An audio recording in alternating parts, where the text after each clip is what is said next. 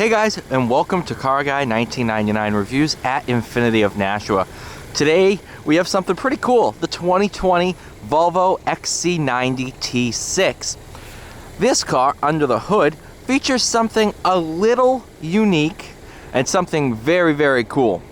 It is a 2-liter turbocharged 4-cylinder, which on paper doesn't sound all that much. Except it also has a supercharger. It is a twin-charged, super and turbocharged 2-liter 4-cylinder, which is so cool and something you never see in really almost anything. So, it has a supercharger to fill in where the turbo has turbo lag, and the turbo is there for top-end power. So, let's look at specs. 316 horsepower, towing capacity of 5,000 pounds, 8-speed auto. Pretty darn cool. I don't think I took a picture of this thing. Which, if you notice, some of my newer videos have thumbnails, and that's how I do them. But, let's take a look at this thing. I absolutely love Volvos. I've driven a few of them. I've driven a 2020 T6R design. That thing was super cool. I should have enough gas to get me back to work, but I took it. I'm like, I don't really want to gas it. So when I get to work, I'll grab the gas card and fill it up. Panoramic roof, of course. We're in dynamic mode. You're going to change all your modes by pushing this, and you can go from there. Bring you back to home. It's very much like an iPhone, or at least an older one. So it has 3 main screens. You have your messages, driver performance, which is, I believe, your what's it called? MPG. Let's see here. What was down there? Messages? No. I don't know. Alright. So then you have Spotify, all that fun stuff.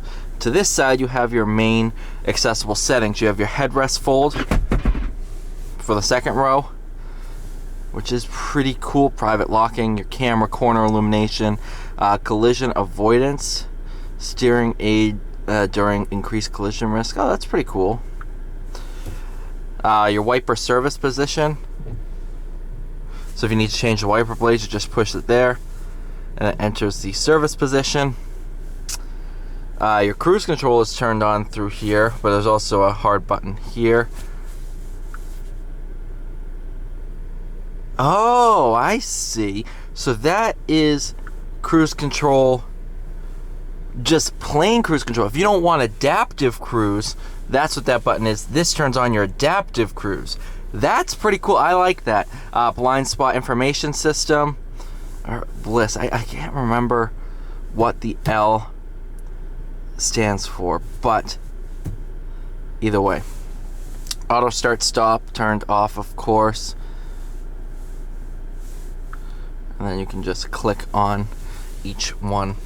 Of course, backup camera, cross traffic alert, parking assist system. Let's go ahead, take this thing out.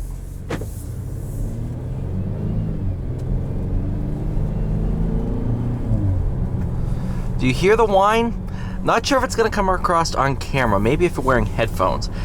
But the whine is present. I can hear supercharger whine. And then I think it's right about 4,000 RPMs the changeover from super to turbo.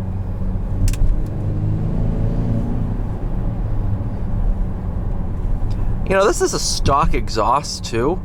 It actually has a really good tone to it. With the radio off and everything, I hear it coming from behind me.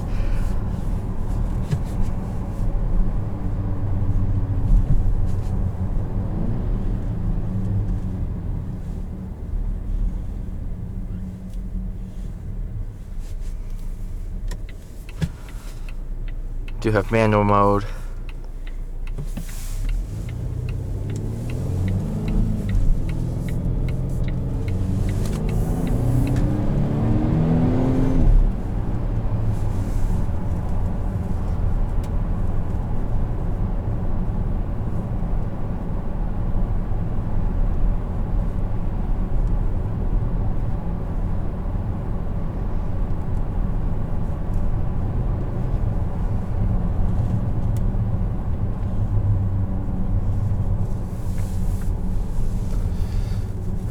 Now onto the acceleration straight.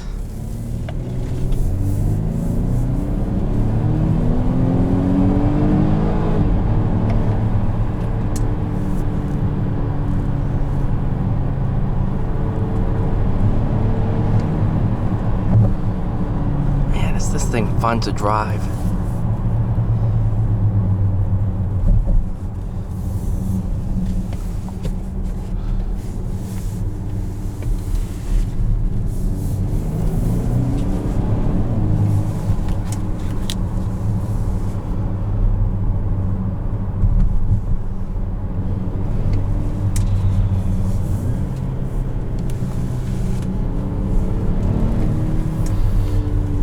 I do notice if you keep it in the upper RPMs, when you roll back into throttle, there is some turbo lag.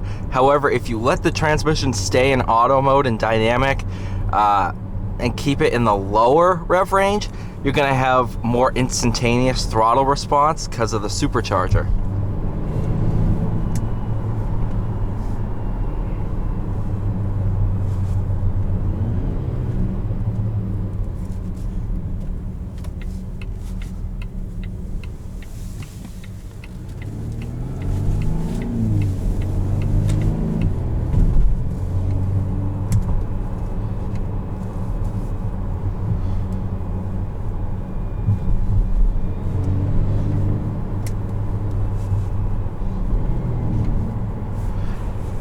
Obviously, I own a Hellcat. I'm a fan of superchargers.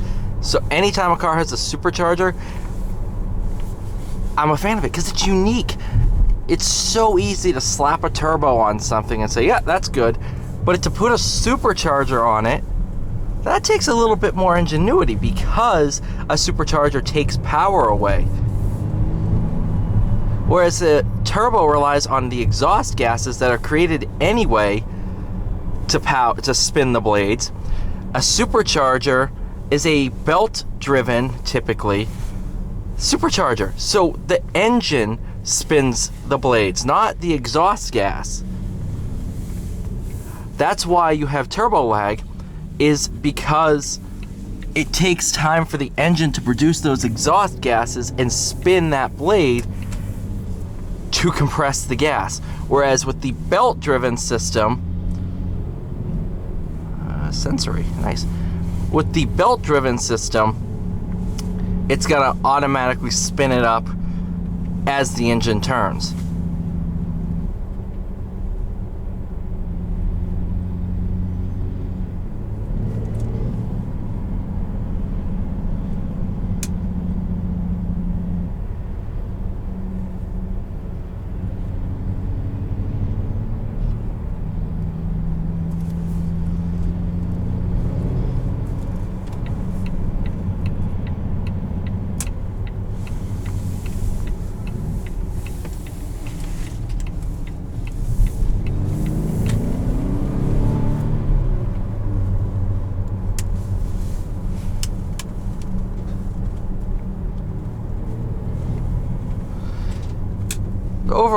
Overall, I've spent some time in this thing.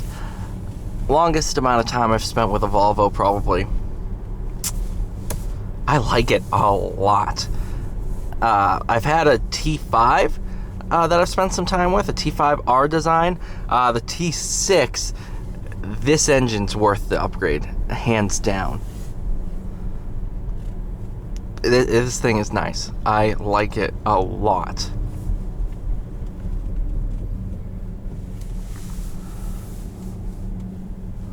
That being said, thank you guys so much for watching. Please like, share, subscribe. See y'all in the next one.